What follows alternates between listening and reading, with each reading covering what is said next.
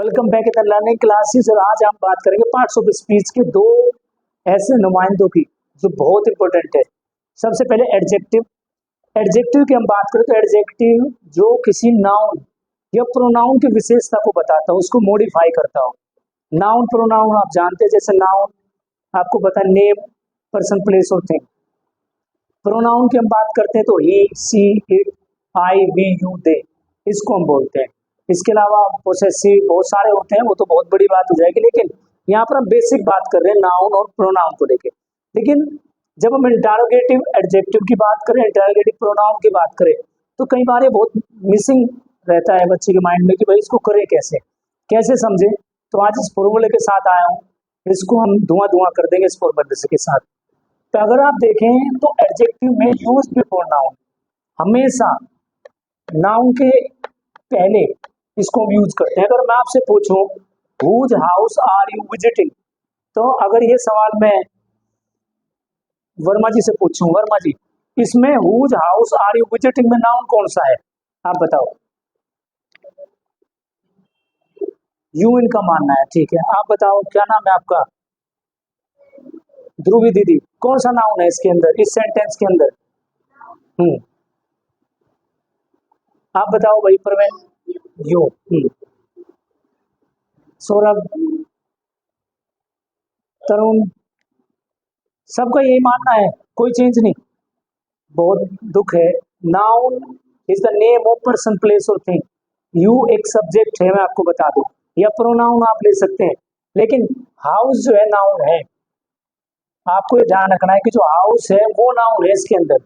यानी कि whose house are you visiting, यानी कि सवाल ये है कि जब भी कोई आपको इंटरोगेटिव एडजेक्टिव जानना हो विभूति दीदी, तो आपको क्या करना है कि नाउन, हमेशा नाउन के पहले आप उसको यहाँ पर इंटरोगेटिव एडजेक्टिव मिलेगा आपको। अगर आप दूसरा क्वेश्चन देखें, इसमें which car do you like, तो सौरभ कौन सा है बताओ, इसमें नाउन कौन सा है? कार।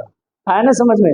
यहाँ पर जो कार है नाउन, और इसके पहले जो मिल गया तुरंत बाद, ये यहाँ पर एडजेक्टिव, ये दर्शाता है कि जो तुरंत इंटरोगेटिव के बाद जो अगर कोई नाउन आ रहा है, हाउस, कार, टाइम, ये नाउन है, तो ये एडजेक्टिव के रूप में जाना जाएगा इंटरोगेटिव एडजेक्टिव के बाद।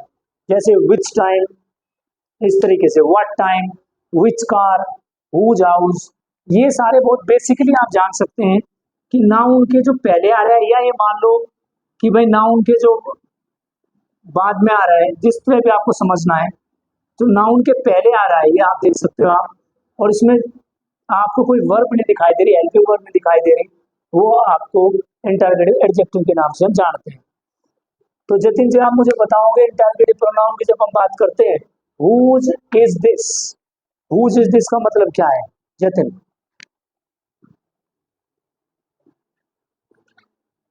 बताओ भाई, कौन बताएगा? हुज इज दिस, पालू और कोई? ये है किसका है, लेकिन किसका और उसका तो छोड़ दो, लेकिन फिलहाल यहाँ पर जो हुज है, हमें पता है कि इंटरोगेटिव तो है, क्योंकि हुज यहाँ पर भी है और ये यहाँ पर भी है। ये तो दो जुड़वा पहलों की तरह हो गए। जैसे हमारे पास रिद्धि और सिद्धि दीदी आते हैं, हम कंफ्यूज रहते हैं कि भाई इनकी तरह हो गई, लेकिन पहचान है कैसे? पहचान तो कोई ना कोई होती है ना।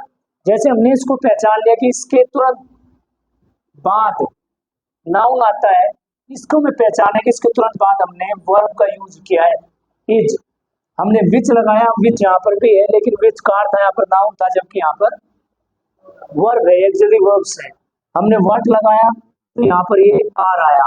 तो ये एक बहुत आसानी से आप एक डिफरेंस पता लगा सकते हो विभूति दीदी कि इंटरोगेटिव प्रोनाउन में अगर ये हमने दिया और उसके बाद आपने एक्सिलरी वर्ब दिखाई दे रही है, तो that's called to be very easy to understand, this called to be interrogative pronoun. And we talk about the adjective pronoun, very simple.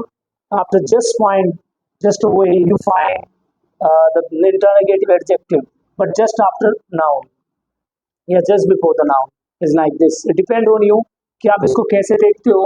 आप interrogative adjective के बाद देखते हो या noun के पहले interrogative adjective देखते हो, इस तरीके से। तो ये कॉमन डिफरेंस था जिसको हमने डिस्कस किया। इस आशा